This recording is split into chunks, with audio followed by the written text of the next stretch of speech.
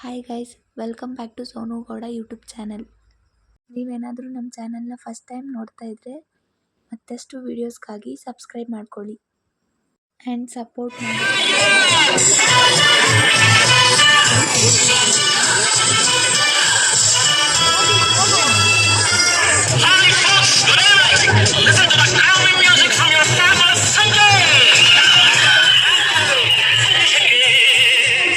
ಅದಕ್ಕೆ ನಾನು ಚೆನ್ನಾಗಿ ಕಾಣಬೇಕು ಅಲ್ವಾ, ಅದಕ್ಕೆ ಅಲಂಕಾರ ಮಾಡ್ಕೊಂಡ್ ಬರಕ್ ಹೋಗಿದ್ದೆ. ಹೌದಾ? ಹಾಗಾದ್ರೆ ನಮ್ ಕಾಲೇಜ್ನ ಇಷ್ಟು ಚೆನ್ನಾಗಿ ಅಲಂಕಾರ ಮಾಡಿರೋದು ಯಾರು? ಮತ್ತೆ ಯಾಕೆ?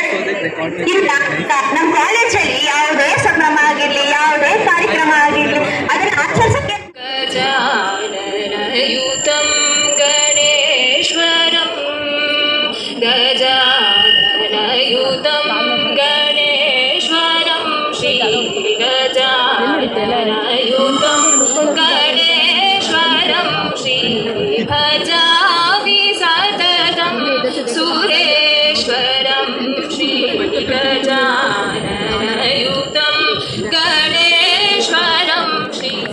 ನಮ್ಮ ಸೆಕ್ರೆಟರಿ ಆಗಿರುವಂತ ಶ್ರೀ ಆರ್ ಲೀಲಾ ಶಂಕರ್ ರಾವ್ ಸರ್, ಸ್ವಾಗತ ಸರ್.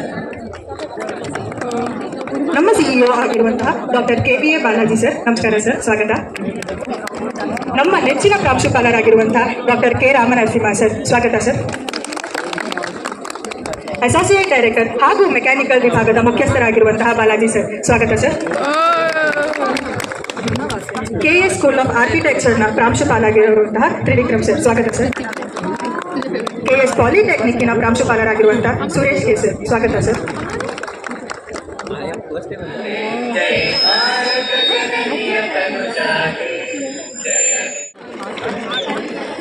ಇವತ್ತು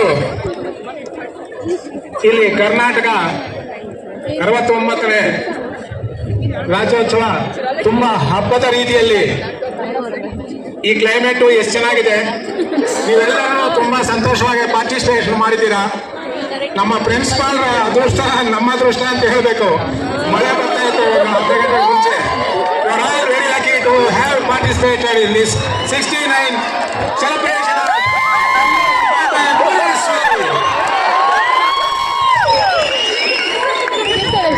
ನಮಗೆ ಇಂಗ್ಲಿಷ್ ಅವರು ಬಂದು ದರ್ಬಾರ್ ಮಾಡಿ ನಮ್ಮ ರಾಜ್ಯ ಎಲ್ಲ ಕಿತ್ಕೊಂಡು ಎಲ್ಲ ಪರಿಪಾಲನೆ ಮಾಡ್ತಾ ಇದ್ದಾಗ ನಮ್ಮ ಎಲ್ಲ ಹೋರಾಟಗಾರರು ದೇಶವೆಲ್ಲನೂ ಹೋರಾಟ ಮಾಡಿ ದೇಶ ಸ್ವಾತಂತ್ರ್ಯ 47ರಲ್ಲಿ ಸಿಕ್ತು, ಪೂರ್ತಿ ಸ್ವಾತಂತ್ರ್ಯ 48ರಲ್ಲಿ ಸಿಕ್ತು.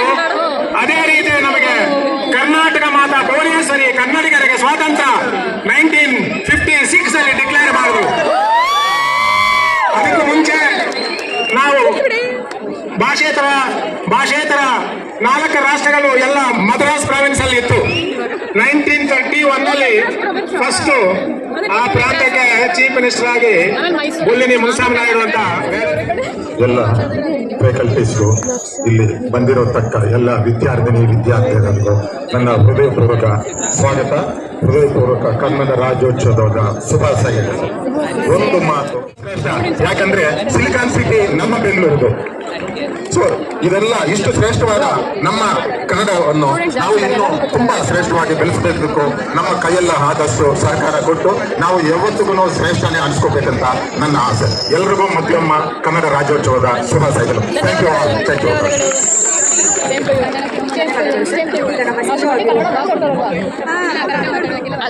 ನಮ್ಮ ನೆಚ್ಚಿನ ಪ್ರಾಂಶುಪಾಲರಾಗಿರುವಂತಹ ಡಾಕ್ಟರ್ K ರಾಮನರಸಿಂಹ ಸರ್ ಅವರು ಹಾಗೂ ಮಾತುಗಳನ್ನು ನಮಸ್ಕಾರ. ವೇದಿಕೆ ಮೇಲಿರೋ ಎಲ್ಲ ಗಣ್ಯರೇ, HODs ಮತ್ತು ನನ್ನ ನೆಚ್ಚಿನ ವಿದ್ಯಾರ್ಥಿಗಳು, 2-3 ದಿವಸದಿಂದ ಕಾಲೇಜ್ ಒಳಗಡೆ ಬಂದಾಗ KSSEM ಒಳಗಡೆನೆ ಬಂದಿದ್ದೀನಿ ಅಂತ ಸ್ವಲ್ಪ ಅನುಮಾನ ಕಾಡ್ತಾ ಇದ್ದೀನಿ.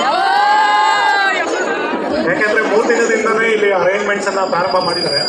ಇವತ್ತಂತೂ ಆ ಅನುಮಾನ ಇನ್ನೂ ಜಾಸ್ತಿ ಆಯಿತು. ಖಂಡಿತ ಇಲ್ಲೇ ಹೊರಗಡೆ ಬಂದಿದ್ದೀವಾ ಅಥವಾ ಇನ್ಯಾವುದಾದ್ರು ಕಾಲೇಜಿಗೆ ಬಂದಿದ್ದೀವಿ. ಇದೇ ಮೊದಲನೇ ಸಲ ಇಷ್ಟೊಂದು ಒಳ್ಳೆ ಅರೇಂಜ್ಮೆಂಟ್ಸ್ ಅಲ್ಲಿ ಕನ್ನಡ ರಾಜ್ಯೋತ್ಸವನ ಆಚರಿಸ್ತಾ ಇದ್ದೀವಿ. ಕಳೆದ ವರ್ಷ ಮತ್ತೆ ಅದ್ರ ಹಿಂದಿನ ವರ್ಷ ಕನ್ನಡ ರಾಜ್ಯೋತ್ಸವ ನವೆಂಬರ್ ಅಲ್ಲಿ ಇದ್ರೆ ನಾವು ಡಿಸೆಂಬರ್ ಅಲ್ಲಿ ಆಚರಿಸಿದ್ವಿ. ಈ ಸಲ ನವೆಂಬರ್ ನಲ್ಲೇ ಅಂದ್ರೆ ಅವ್ರು ಬೇರೆಯವ್ರಿಗೆ ಸಹಾಯ ಮಾಡೋದು ಉಂಟು, ಹಾಗೆ ಏನಾದರೂ ಹೆಚ್ಚು ಕಮ್ಮಿ ಆದರೆ ತಿರುಗಿ ಬೀಳೋದು ಉಂಟು. ಸೊ ಬೇರೆ ಭಾಷಿಕರಿಗೆ ತುಂಬ ಬೆಂಬಲ ಕೊಡ್ತಾರೆ, ಹಾಗಂತ ಬೇರೆ ಭಾಷಿಕರು ಅವ್ರ ಮೇಲೆ ದಬ್ಬಾಳಿಕೆ ಮಾಡಬಾರ್ದು. ಆ ರೀತಿ ನಾವೆಲ್ಲರೂ ಕನ್ನಡ ಭಾಷೆನ ಕರ್ನಾಟಕನ ಉಳಿಸ್ಕೋಬೇಕಾಗುತ್ತೆ. ವೇದಿಕೆ ಮೇಲೆ ಉಪಸ್ಥಿತರಿರುವ ಅಧ್ಯಕ್ಷರು, ಕಾರ್ಯದರ್ಶಿಗಳು, ಪ್ರಾಂಶುಪಾಲರು, ಮುಖ್ಯಸ್ಥರು ಎಲ್ಲರಿಗೂ ನನ್ನ ಕನ್ನಡದ ಕೂಸಿನ ಧನ್ಯವಾದಗಳು. ಎಲ್ಲಾ ವಿಷಯಗಳು ಹೇಳ್ಬಿಟ್ಟಿದ್ದಾರೆ. ಸೊ ಅಷ್ಟೊಂದು ಪ್ರಾಸ್ತಾವಿಕವಾಗಿ ನಾನೇನು ಮಾತಾಡೋದಿಲ್ಲ. ನಾನು ನಿಮ್ಮವನೇ. ನೀವು ಹುಟ್ಟಿದ ಮೊದಲೇ KSIT 2006 ಇಸ್ವಿಯಲ್ಲಿ ಕನ್ನಡ ರಾಜ್ಯೋತ್ಸವ KSIT ಹಾರಿಸಿದ್ದೆ ನಾನು. ನನ್ನ ವೀರ ಕನ್ನಡಿಗ. ಯಾಕೆ ಕನ್ನಡದ ಬಗ್ಗೆ ಮಾತಾಡಬೇಕು? ನನ್ನ ಮಾತೃಭಾಷೆ ಕನ್ನಡ. ನಾನು ಕುಡಿಯುವ ನೀರು ಕಾವೇರಿ. ನಾನು ಕಾಲಿಟ್ಟಿರುವ ನೆಲ ಕರ್ನಾಟಕ. ನಾನು ದುರಭಿಮಾನಿ ಅಲ್ಲ, ಯಾವ ಭಾಷೆನ ದ್ವೇಷ ಮಾಡಲ್ಲ. ಕಂಟ್ರಿ ಭಾರತವನ್ನು ಪ್ರೀತಿಸಬೇಕು, ಕರ್ನಾಟಕವನ್ನು ಪ್ರೀತಿಸಬೇಕು. ತುಂಬಾ ಜನ ಹೇಳ್ತಾರೆ ಕನ್ನಡ ಉಳಿಸಿ ಬೆಳೆಸಿ. ಕರೆಕ್ಟಾ? ತಪ್ಪು. ಕನ್ನಡನ ಉಳಿಸಬೇಡಿ, ಕನ್ನಡನ ಬಳಸಿ, ಕನ್ನಡನ ಬೆಳೆಸಿ. ಉಳಿಸಬೇಡಿ, ದಯವಿಟ್ಟು ನಿಮ್ಮ ಕವರ್ನಲ್ಲಿ ಎತ್ತಿಡಬೇಡಿ ಕನ್ನಡನ. ಕನ್ನಡನ ಬಳಸಿ, ಕನ್ನಡನ ಬೆಳೆಸಿ.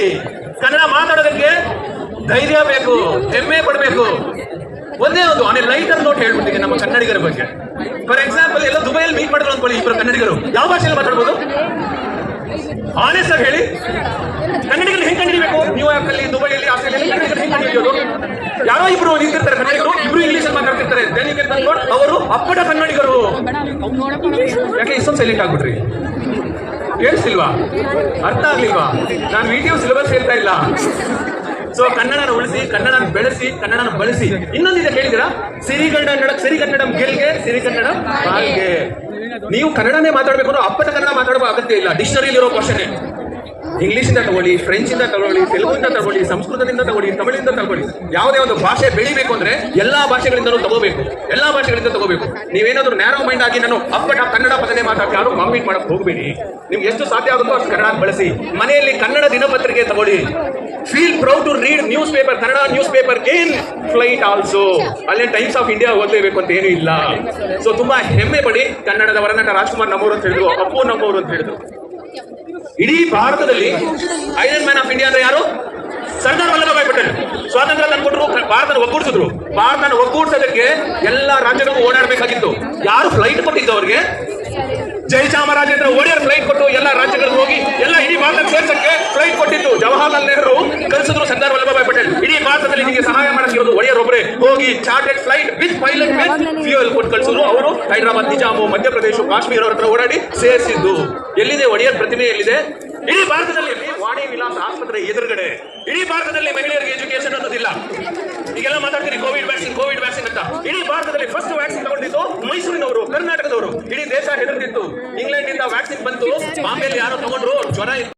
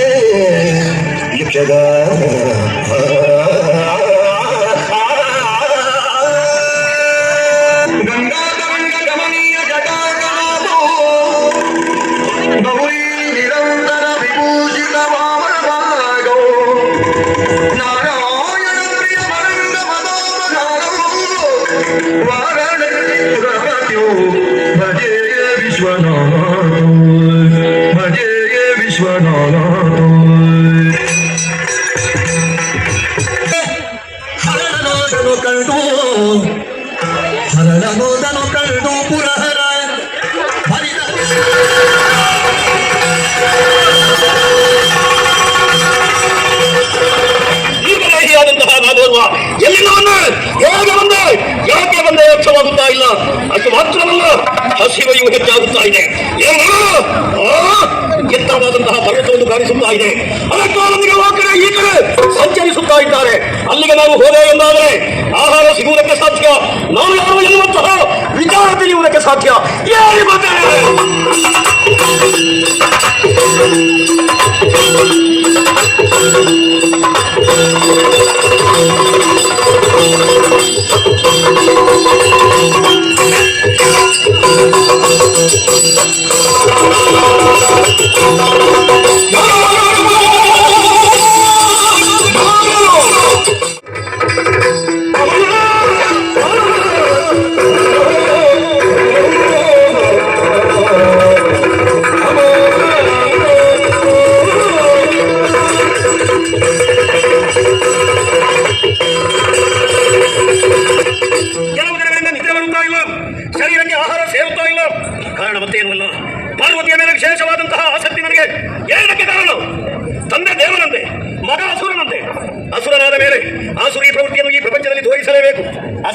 ಅಪರಾಧವಲ್ಲ. ಇನ್ನೊಬ್ಬನ ಹೆಂಡತಿಯನ್ನು ಬಯಸಿದ್ರೆ ಅಸುರರಿಗೆ ಅದು ಧರ್ಮವೇ ಸರಿ. ಕೆಲವರೆಲ್ಲ ಹೇಳ್ಬೋದು, ತಾಯಿಯನ್ನು ಬಯಸಿದ ಮಗ ಹೇಗೆ ತಾಯಿಯಾಗುವುದಕ್ಕೆ ಸಾಧ್ಯ? ರಕ್ತ ಸಂಬಂಧ ಇಲ್ಲ ಎಂದಾದ ಮೇಲೆ ಅವಳನ್ನು ನಾನು ಬಯಸಿದ್ದು ಅಪರಾಧವಲ್ಲ. ಅವಳ ಮೇಲೆ ಆಸಕ್ತಿ ಹೆಚ್ಚಾಗುತ್ತಾ ಇದೆ. ಸರಿ, ವಿಶೇಷವಾದಂತಹ ವರಪ್ರಸಾದವನ್ನು ಪರಮೇಶ್ವರನಿಂದ ಪಡೆದು ಆ ವರಮುಖಿಯಿಂದ ಪಾರ್ವತಿಯನ್ನು ಪಡೆಯಬೇಕಾಗಿದೆ. ಅದುವೇ ಸರಿಯಾದಂತಹ ದಾರಿ. ಭಸ್ಮ ಸಿಗಲಿಲ್ಲ ಎನ್ನುವ ಹಾಗೆ ಅಳುತ್ತಾ ಪರಮೇಶ್ವರನ ಹತ್ತಿರ ಹೋಗಬೇಕು. ಆ ಮೂಲಕ ವಿಶೇಷ ವರಪ್ರಸಾದ ಪಡೆಯಬೇಕು.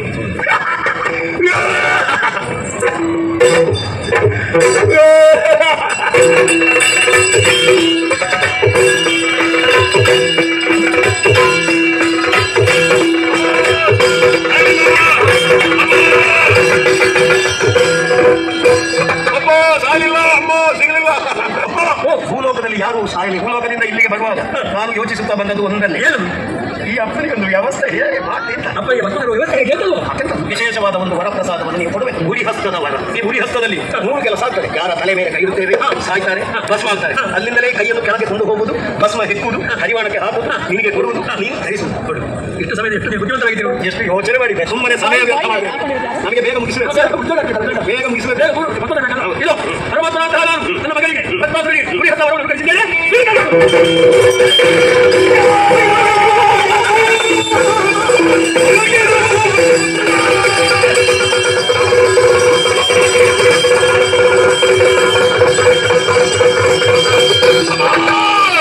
ನನಗೊಂದು ಪರೀಕ್ಷೆ ಮಾಡಬೇಕು ಅಂತ ಆಸೆ ಆಗಿದೆ. ಪರೀಕ್ಷೆ ಸಮಯ ಬಂತ. ಎಲ್ಲಿಗೆ ಹೋಗಬೇಕು? ಎಲ್ಲಿಗೆ ಹೋಗಬೇಕು? ಭೂಲೋಕಕ್ಕೆ ಹೋಗಬೇಕು. ಅಷ್ಟು ಪುಸ್ತಕ ನನಗಿಲ್ಲ. ನನಗೆ ಅಪ್ಪ, ನಾನು ನಿನಗೆ ಅಪ್ಪ, ನೀನು ಬೆಪ್ಪ. ನನಗೆ ವರಪ್ರಸಾದವನ್ನು ಕೊಟ್ಟು ನೀನು ಮರ್ಕಟನಾದೆ. ನಿನ್ನ ಹೆಂಡತಿಯಾದ ಪಾರ್ವತಿಯನ್ನು ನನ್ನೊಂದಿಗೆ ಕಳುಹು. ನೀನೆಲ್ಲಿಂದ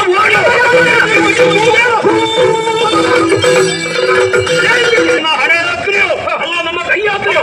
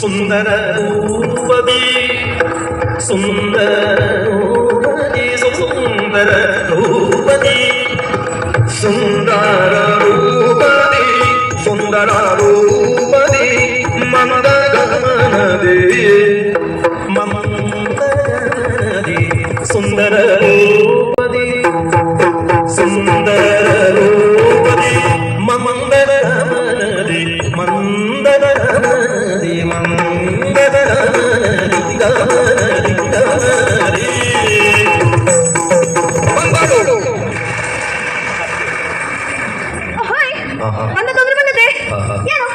ನನ್ನನ್ನೇ ನೋಡ್ತಾ ಇದ್ದೀರಲ್ಲ, ನಿಮ್ಮನ್ನು ಬಿಡಿ, ಮಕ್ಕಳು ನೋಡಿ, ಬಿಟ್ಟು ಬಾಯಿ ಬಿಟ್ಟು ಹಾಗೆ ಉಂಟು, ಹಾಗೆ ಉಂಟು, ನನ್ನನ್ನೇ ನೋಡ್ತಾ ಇದ್ದಾರೆ. ಅವನು ನೋಡಿ ಹಣ್ಣು ಹಣ್ಣು ಮುದುಕರು ಬಾಯಿ ಇಳಿದ್ರೆ ಅಂತ ಬರ್ತದೆ. ನನ್ನನ್ನೇ ನೋಡ್ತಾ ಇದ್ದಾರಲ್ಲ, ನನಗೆ ಗೊತ್ತಾಯ್ತು ಸ್ವಾಮಿ, ಅವರ ಮನಸ್ಸಿನ ಭಾವನೆ ಏನು ಗೊತ್ತುಂಟಾ? ನನ್ನಷ್ಟು ಚಂದದ ಮೊಮ್ಮಗಳು ಅವರಿಗೂ ಇದ್ದಿದ್ರೆ ಹಾಗೆ ಬೇಕು ಹಾಗೆ. ಒಂದು ಬಿಡಿ ಹೆಂಗಸರ ನೋಡಿ ಹೇಗೆ ನೋಡ್ತಾ ಇದ್ದಾರೆ. ಏನು ಭಿನ್ನಾಗುತ್ತಾನೆ, ಏನು ಹಾಗೆ ನೋಡ್ತಾ ಇದ್ದಾರೆ. ಯಾಕೆ ನನಗೆ ಗೊತ್ತಾಯ್ತು, ಹೊಟ್ಟೆ ಕಿಚ್ಚು ಅಲ್ವಾ? ನನ್ನಷ್ಟು ಚಂದ ರೂಪ ಅವ್ರಿಗೆ ಇಲ್ಲವಲ್ಲ? ಇಲ್ಲವಪ್ಪ. ಇವು ಯಾರ ಬಗ್ಗೆ ನಾಟಕ ಮಾಡ್ಕೊಳ್ಳಿಕ್ಕೆ ಸಾಧ್ಯ ಇಲ್ಲ. ಯಾಕೆ? ಇದು ವೇಷ. ಹಾಗಾದ್ರೆ ಯಾರು ನಾನು? ಶ್ರೀಹರಿ. ಹಿಂದಿನ ಕಾಲದಲ್ಲಿ ಸಮುದ್ರ ಮಥನದ ಕಾಲ. ಆ ಸಂದರ್ಭದಲ್ಲಿ ಅಮೃತವು ಹುಟ್ಟಿ ಬಂತು. ಆ ಅಮೃತವನ್ನ ದೇವತೆಗಳಿಗೂ ದಾನವರಿಗೂ ಹಂಚಲಿಕ್ಕೋಸ್ಕರವಾಗಿ ಇದೇ ರೂಪವನ್ನು ತಾಳಿದೆ. ಈ ರೂಪದ ಹೆಸರು ಗೊತ್ತುಂಟ? ಮೋಹಿನಿ. ಯಾಕಾಗಿ ಈ ಹೆಸರು? ಜಗತ್ತಿನಲ್ಲಿ ಯಾವುದು ಅತಿ ಅಂತರೆಯೋ ಅದರಿಂದಲೇ ಅಂತ್ಯ ಎನ್ನುವುದು ಇಷ್ಟವಾಗುತ್ತದೆ ಎನ್ನುವ ನಿದರ್ಶನವಾಗಿ ಮತ್ತೆ ಮೋಹಿನಿ ರೂಪ. ಈಗ ಇದ್ದಾನಲ್ಲ ಹರನಿಗೆ ಮಗ ಭಸ್ಮಾಸುರ ಎನ್ನುವ ಹಾಗೆ ಆಗಬೇಕಾಗಿದೆ ಅವನ ನಾಶ. ನನ್ನನ್ನು ಮರೆ ಹೊಕ್ಕ ಈಶ ಹಾಗಾಗಿ ಮಾಡಿದೆ ಈ ದೇಶ. ಹಾಗಾದ್ರೆ ಈಗ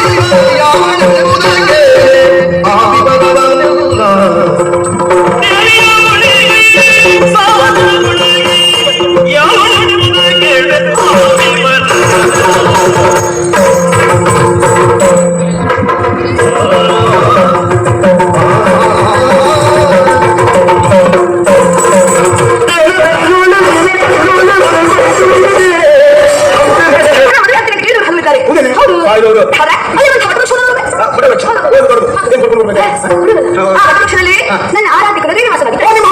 ಹೌದು, ನನ್ನ ಮಲೆಯು. ಅಲ್ಲ, ಅವಳು ಬಹಳ ಕಠಿಣವಾಗಿದ್ದಾರೆ.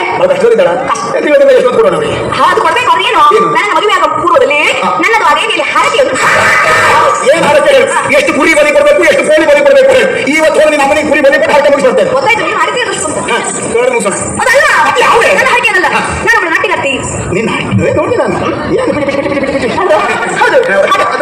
ಹೌದಾ, ಇಲ್ಲಿ ಬಿಡು. ಆದ್ರೆ ನಾಟಿನಲ್ಲಿ ನನ್ನನ್ನು ಯಾರು ಸೋಲಿಸುತ್ತಾರೋ ಅವರನ್ನೇ ನಾನು ಮದುವೆ ಆಗುವುದು ಅಂತ ಅವಳಲ್ಲಿ ಹರಕೆ ಅಂದ್ರೆ ಓ ದೇವಿಯಲ್ಲಿ ಹರಕೆ ಮಾಡಿದ್ರು. ಅವಳ ಸಮ್ಮುಖದಲ್ಲಿ ನಾಟ್ಯ ಮಾಡಬೇಕು, ನಾನು ಹಾಗೆ ಮಾಡಬೇಕು, ನನ್ನ ಮೂಲಕವಾಗಿ ನನ್ನನ್ನು ಸೋಲಿಸಬೇಕು. ಅಂದ್ರೆ ಯಾವ ಆ ದೇವಿಯ ಎದುರಲ್ಲಿ ನಾಟ್ಯದಲ್ಲಿ ನನ್ನ ಸೋಲಿಸ್ತಾರೋ ಅವರನ್ನೇ ಸೋಲಿಸುವ ವಿಷಯದಲ್ಲಿ ನೀನು ತಲೆಗೆಸಿಕೊಳ್ಳುವುದು ಬೇಡ. ನಾನು ನಟಶೇಖರ ನಟಭಯಂಕರನ ಮಗ, ನನ್ನ ಅಪ್ಪನ ದೊಡ್ಡ ನಟಭಯಂಕರ, ಅವನ ಮಗನ ಪಾಂಡವ ನಾಟ್ಯ ಪ್ರವೀಣ. ಅವರಷ್ಟು ದೊಡ್ಡ ಹೆಚ್ಚಲ್ಲ, ಇರು ಕಿರು ಹೆಚ್ಚಲ್ಲ, ನಾನು ಒಂದು ಜಾತಿ ಭಯಂಕರ.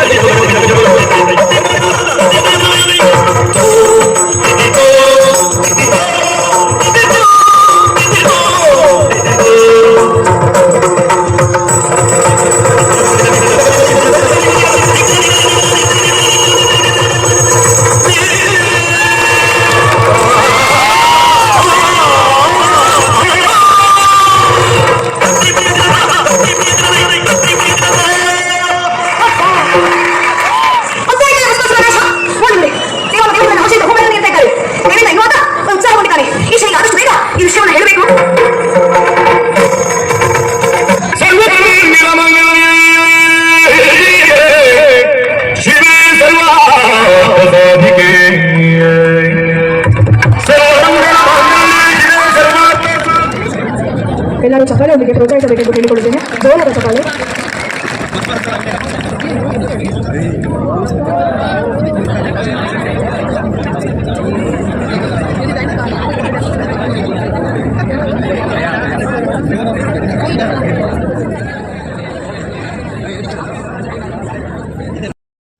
Thank you guys. ವಿಡಿಯೋ ಇಷ್ಟ ಆಗಿದ್ರೆ ಲೈಕ್ ಮಾಡಿ, ಶೇರ್ ಮಾಡಿ, ಕಮೆಂಟ್ ಮಾಡಿ ಆ್ಯಂಡ್ ಸಬ್ಸ್ಕ್ರೈಬ್ ಮಾಡಿ ಫ್ರೆಂಡ್ಸ್.